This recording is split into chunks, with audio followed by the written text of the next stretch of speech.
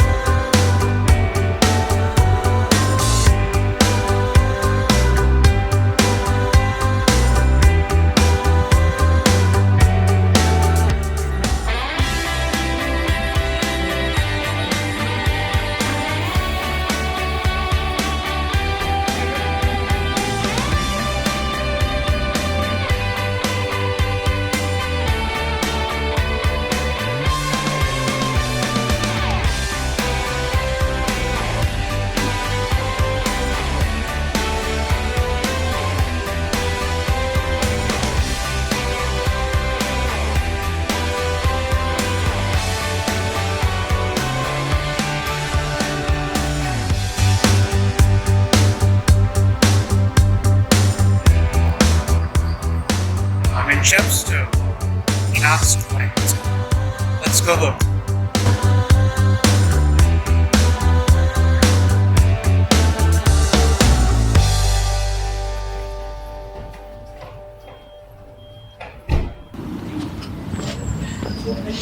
I'm in Chepstow Casgwent in the proper language. So, before I show you around, I just wanted to show you the castle. And I'll get into the castle more tomorrow, but for now I just want to relax and get a bite to eat.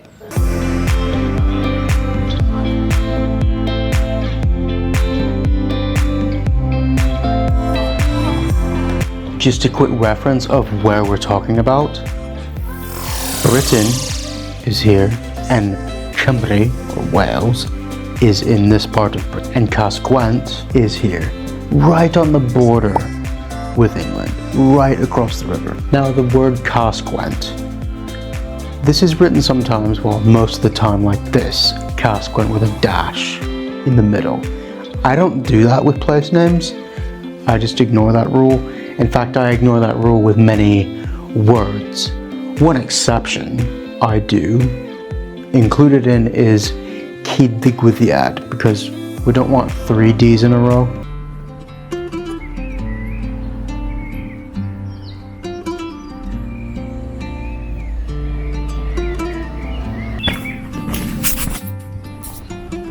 Edrychwch ar y blodau yn y coed. It's the month of May.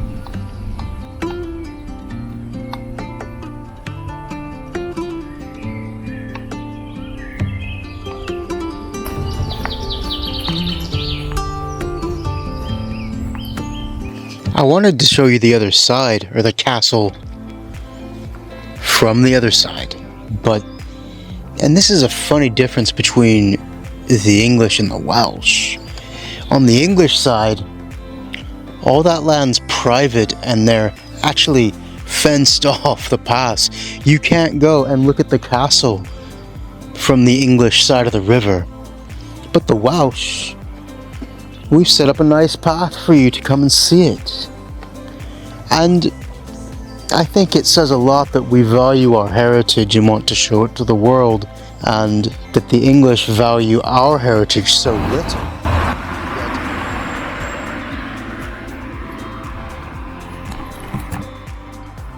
It's unbelievable how selfish the English side of the river is compared to the Welsh one. That there's no land on the English side of the river, but the Welsh allow you to see it more. But though the English have the best views of it, they don't let anyone see it, which is a bit... just stop being fucking cunts. So there you go. You can see the cliffs there. and that would have been quite imposing in the medieval times. It's still imposing today.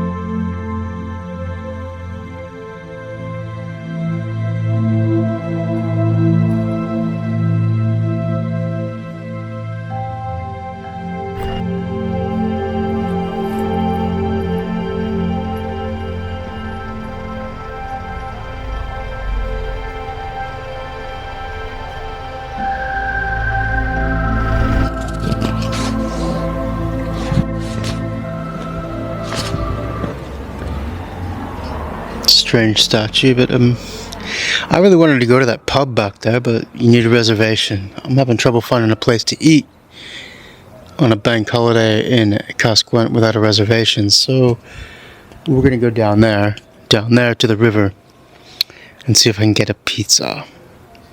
Let's go.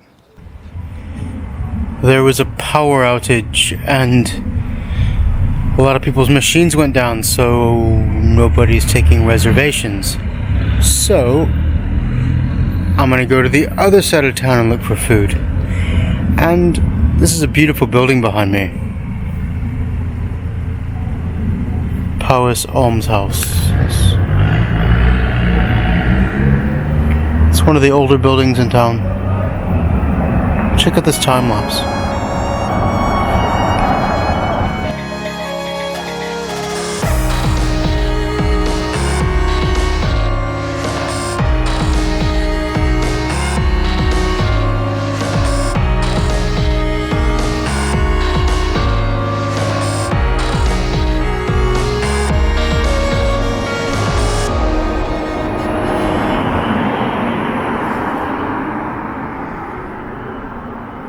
Here, check this out.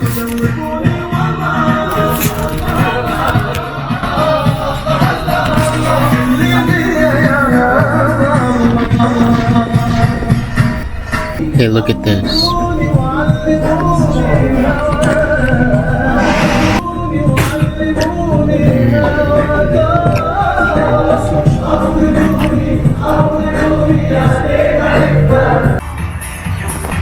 This town is surrounded by an ancient, medieval wall. Look at this. And there's the gate.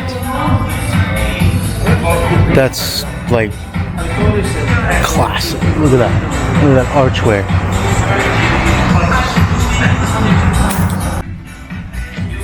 They've put bags over the streetlights here, but the streetlights are still on underneath the bags. This wall here goes all the way around the town. This was like heavily fortified back in the day. Look at that arch. Wow. And then if you go here, like watch. There's the wall back there. Massive. Just shows you.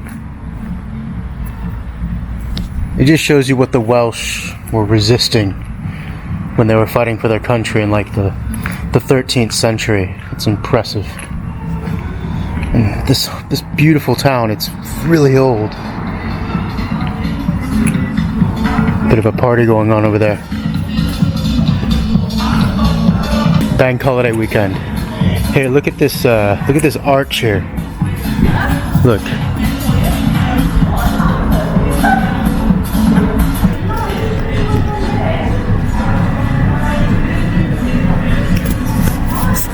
It's really impressive. It's a beautiful street here. So people can eat in the street and enjoy themselves. Very nice. It's fresh, pedestrianized and green. As someone who is not with a car at present, I fully appreciate the pedestrianization of this main street. It makes my life much more pleasant. Diolch, Cas-gwent. It's been pedestrianized, which you should really do more often, you know? One of the things I love about Wales is the artwork that's in bilingual form, like Welsh and English. So you get this stuff here, like you get writing in both languages.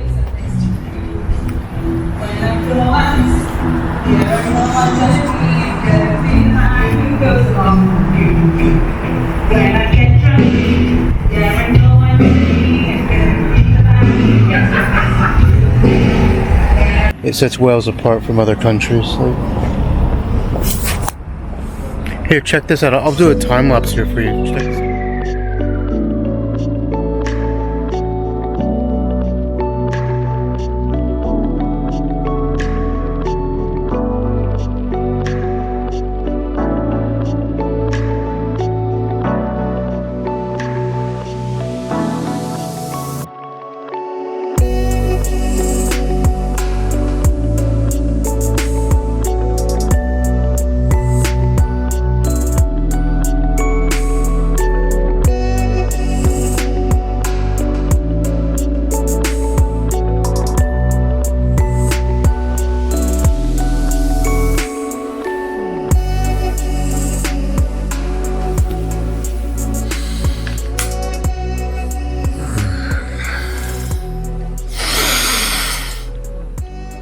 Let's go explore town. And it's raining today. As it often does in Wales, if you come here, chances are it's going to rain. It's an alright hotel, Beaufort. Noisy last night, but it is a bank holiday weekend and it's convenient location and nice people. So, anyway, we'll try and get somewhere with cover, but it's raining. Oh well.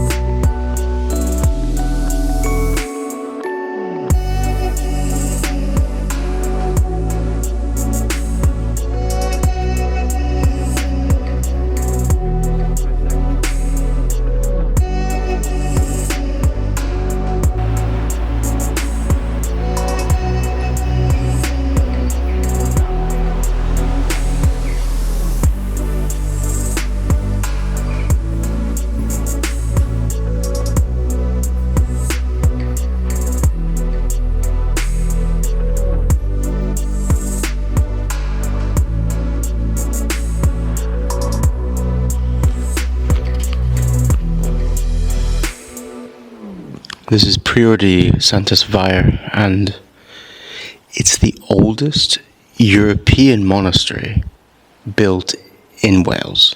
It is absolutely stunning. The arch that you just saw down there is from the original Norman invasion, and a lot of this is Georgian, so post-Reformation. But down here, I'll show you in a minute, there's the original column from the 11th century. And one of the things that makes Wales so beautiful is that the way that the Normans came into Wales is very different to England. In England, the Normans just came in and took over in a matter of weeks, essentially. But in Wales, it was much more gradual. It was a back and forth struggle for 200 years, and that involved religious propaganda. And so European orders were coming into Wales. The Benedictines.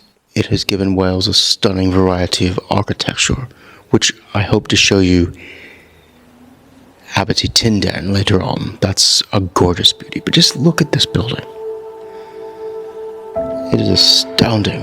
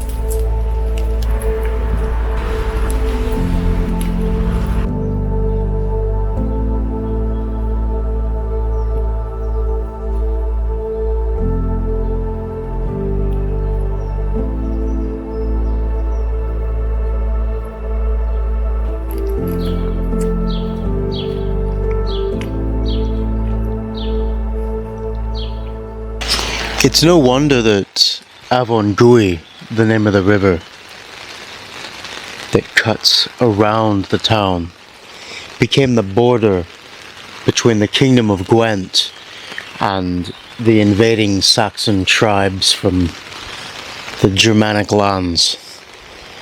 I mean, look at these cliffs.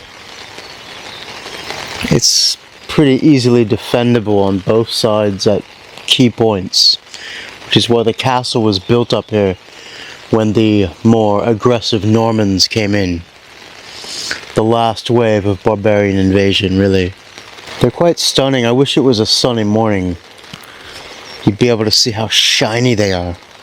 Here, check out a time lapse for that.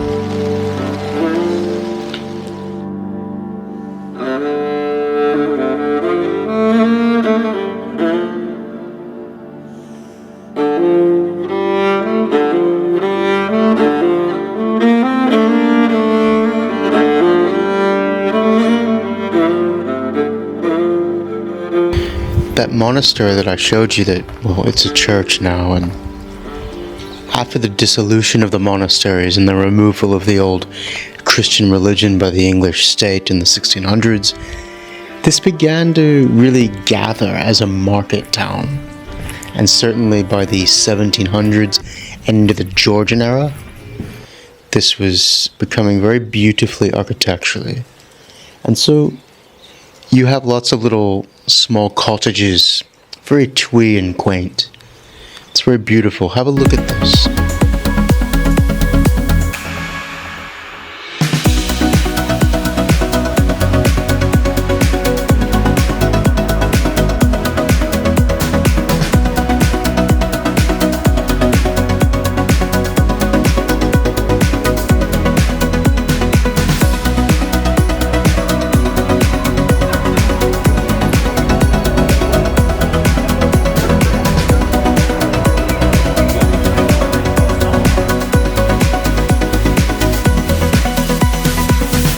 One place I've wanted to see for a long time is Abbotty Tynden, and it's supposed to be one of the architectural gems of Wales.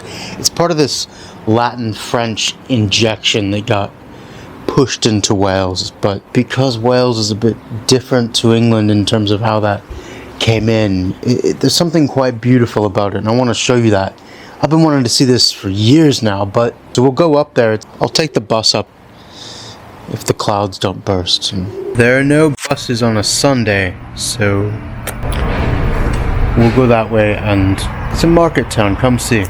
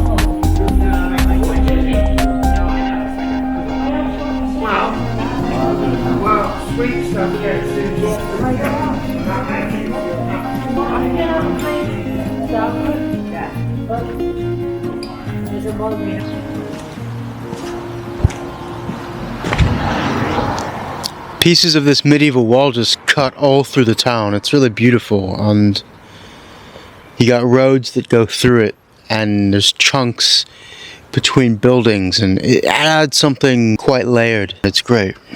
Right. Bye.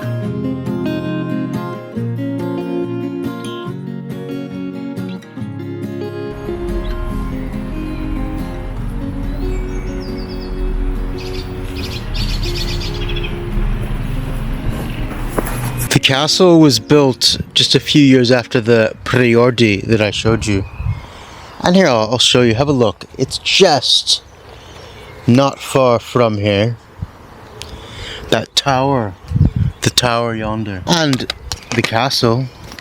The castle is right there. But the reason it's built here, it's a commanding viewpoint of the whole Dyffryn of the river, the Avon. And if you control this, you control both cliffs, because there's a bow in the river behind this building. And so this was a stamping down, being able to control the flow of a river that goes all the way up into central Wales. This was at the end of the 11th century.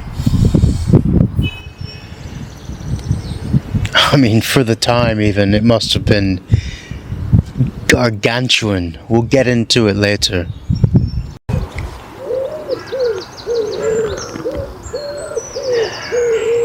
One thing about Wales which blows my mind is how little we do with what we have.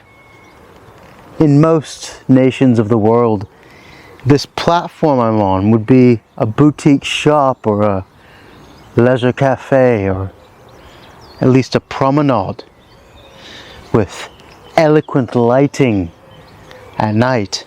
Yet, look at this.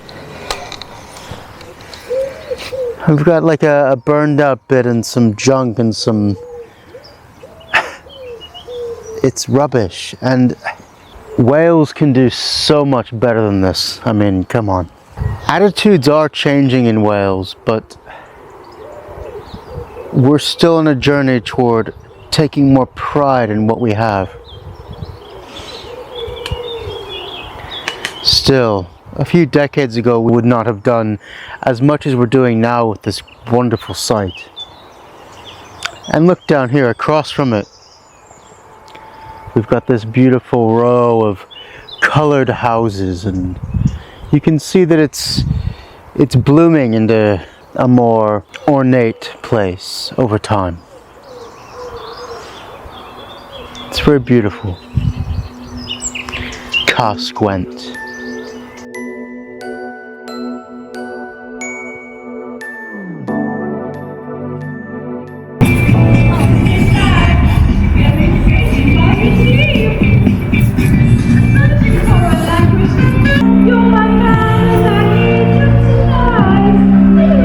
It's Wales, so we have to have a choir in here somewhere.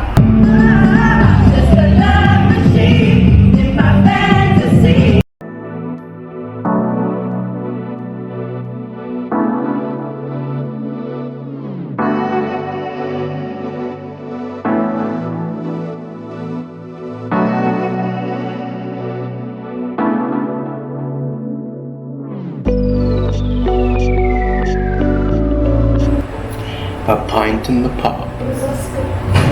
This pub is called the Five Alls. Here, have a look around.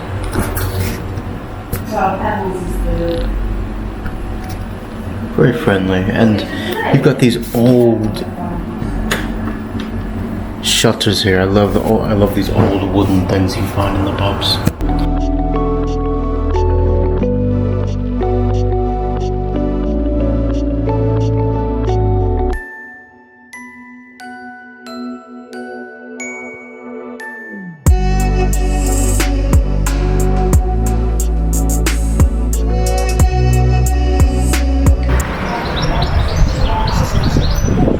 Go check out this museum behind me. It's free.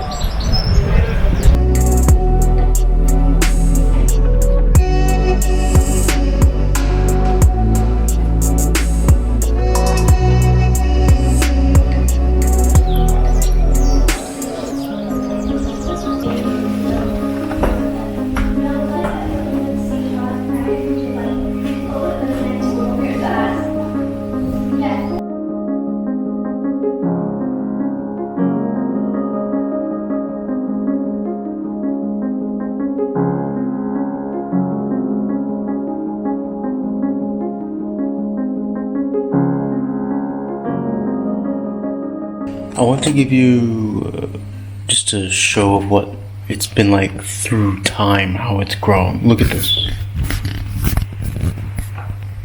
In Roman times, 1086. Now they do leave out a bit of the native Welsh. 1853. You see now there are 2 bridges. And they're building house for ships. Has grown a bit. So it grew quite a bit in the 19th century. And this is what Cas-gwent looked like 200 years ago.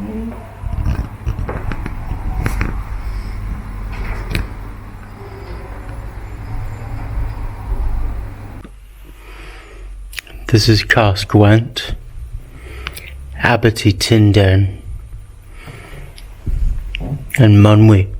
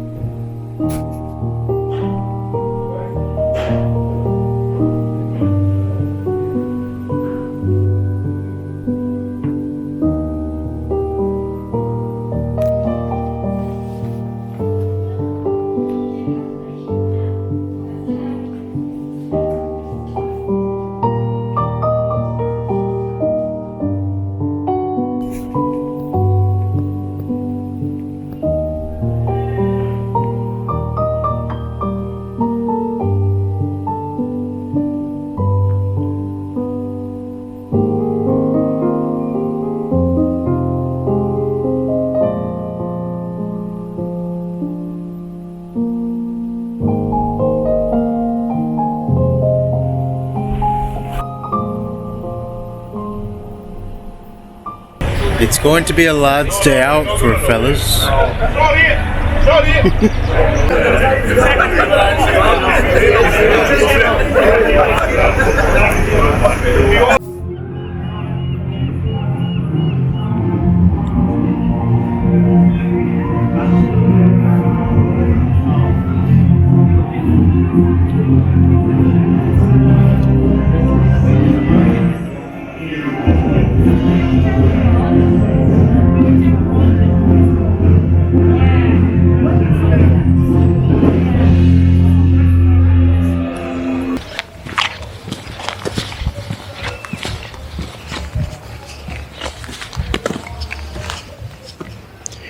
One thing that I find really beautiful about Cas-gwent is the quaintness of it. There's little hidden gems like this, sprinkled around, little gardens or small courtyards. They're dotted about all over the place. Even though it is a small place, it's very small. But you get this. And it's a fusion in a way between the subtlety of Welshness in Wales, there's a lot of depth to it, but it's very small things scattered and buried in. And then in the English sense, it's a pleasantness about it. And Cas-gwent fuses those two in a very special way, which comes into the identity of this place. I'm seeing a lot of Welsh people from like Cwmbran, Torfa, the eastern valleys, and that brings a friendliness, a very cordial merriment to it, and a bit of roughness, which is valued. And there's also this Englishness coming in, which I'll show you the letting agents and how expensive house prices are in this area. All these quaint row cottages and these really should be affordable to locals, but they're not. And so what I think is a lot of the locals live up that way, away from the river and the castle. And then you get this Britishness, which is some English people moving in do not want to adopt a Welsh cultural perspective. And there is a bit of a buttressing up against one another, these different cultures. Welsh, English, and then British, which is very different to English in that it seeks to impose a bit.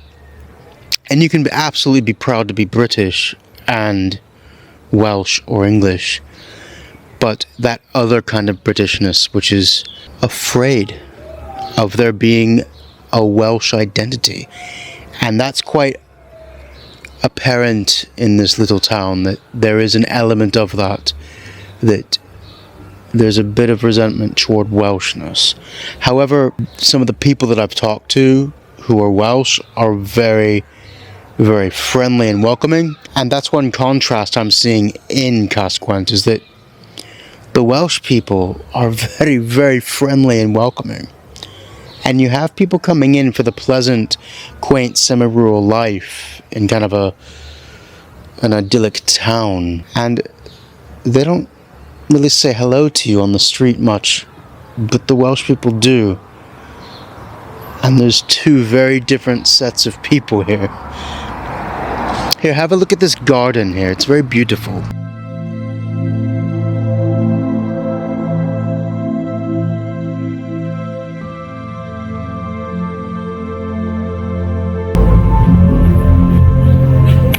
Hey.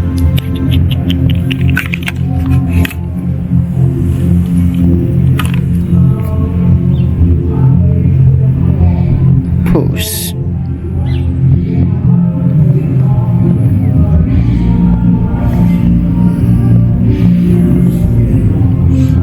Drie de meisje microfoon again.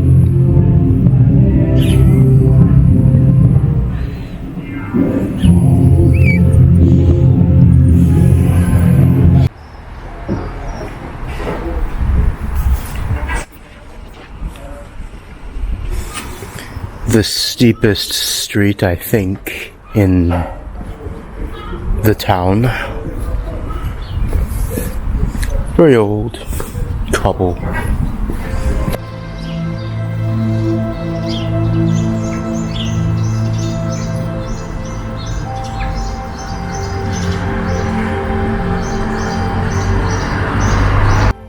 I need to note that I had the first burrito since leaving Texas, like when I was a young man, basically. That was not really that bad. I mean, the first in Britain, at least. And I just had it here in Cas-gwent from a man from El Paso, oddly enough. The other side of Texas from me, where I come from originally. But that's a long time ago.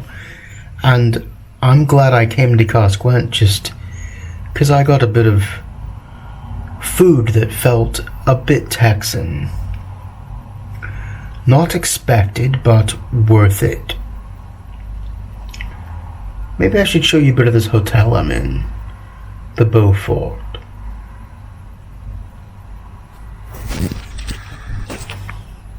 It's alright. They've done up the outside bit, the back bit nice with the flowers for the Maytime. In this hotel, the Beaufort Hotel. I don't know what these are, but they're nice. On the wall behind me it says Avon Gui, which is the name of the river just over there, which is the English border. And I think it's really nice that there's Welsh language right on the English border, and that the language belongs to all of the country. And then the name of that house there is Pennycoed, which means the head of the trees. Now I don't think it's related to the fact that the opposite slope is wooded and trees, but it could be. And I just like that there's Welsh right on the border in an area that's so English speaking. And I've seen evidence here that the Welsh language is very favorably looked upon by native Welsh people, which is quite reassuring actually. Let's go look at the bridge now.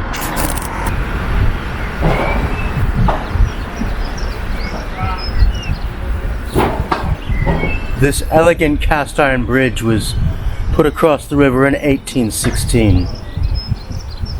It's really a work of art for its day.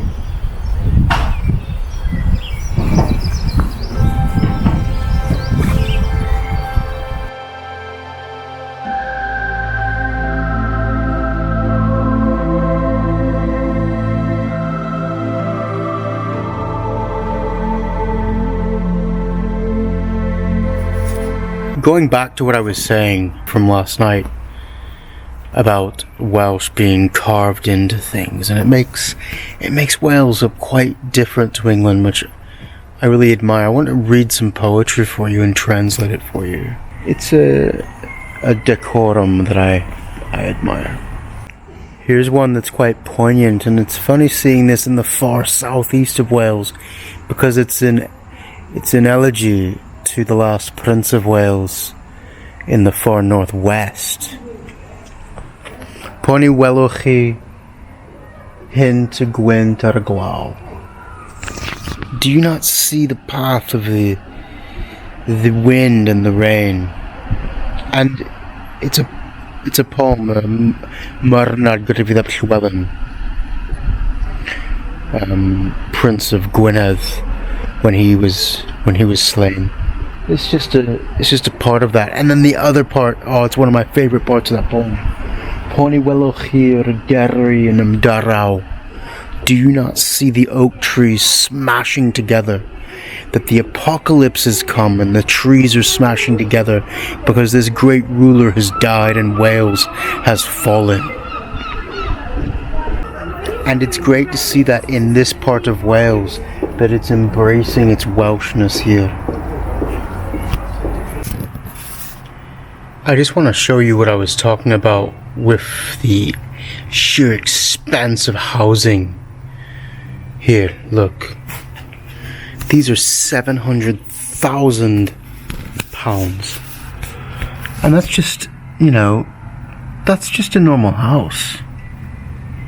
Okay, I mean, that's quite grand, but grand is grand in Welsh. And, 700 grand seems to be a standard price, and most Welsh people can't afford that. There's something out of sync there. Even something slightly smaller that's still a bit posh is, that's over £500,000. Look at that. That's not that big of a house, and it's £500,000 to live in this area. There's another one over there I'll show you. So those row houses I was showing you a bit earlier, those are £500,000. How are Welsh people supposed to live here, And that's a big issue if Welsh people can't afford homes in Wales. Look at that. That's almost £300,000 for a 3-bedroom in, that's not like a standalone property, that's between other properties, how are Welsh people supposed to live here? And I think from what I've talked to people here, that's a deep issue. It's a beautiful town. I would want to live here too, but I would rather get more for my money, frankly. Here's a plan of what the castle would have looked like if it was intact all the way, yeah? If it was intact all the way.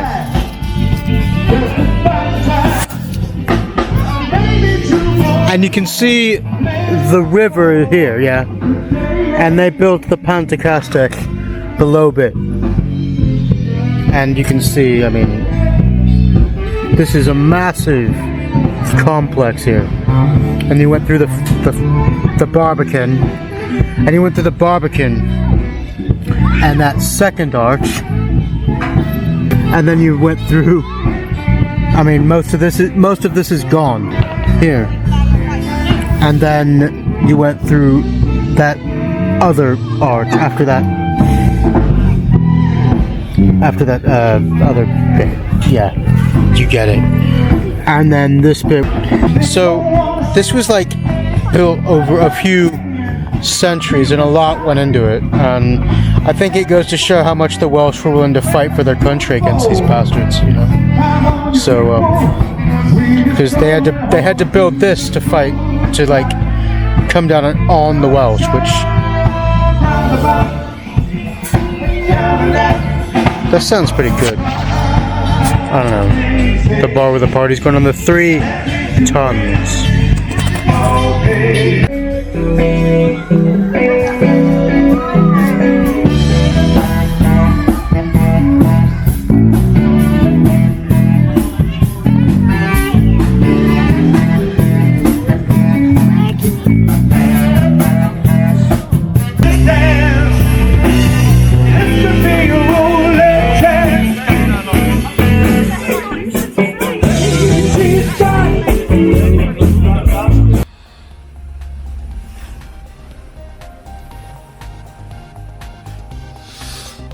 Bore da, good morning.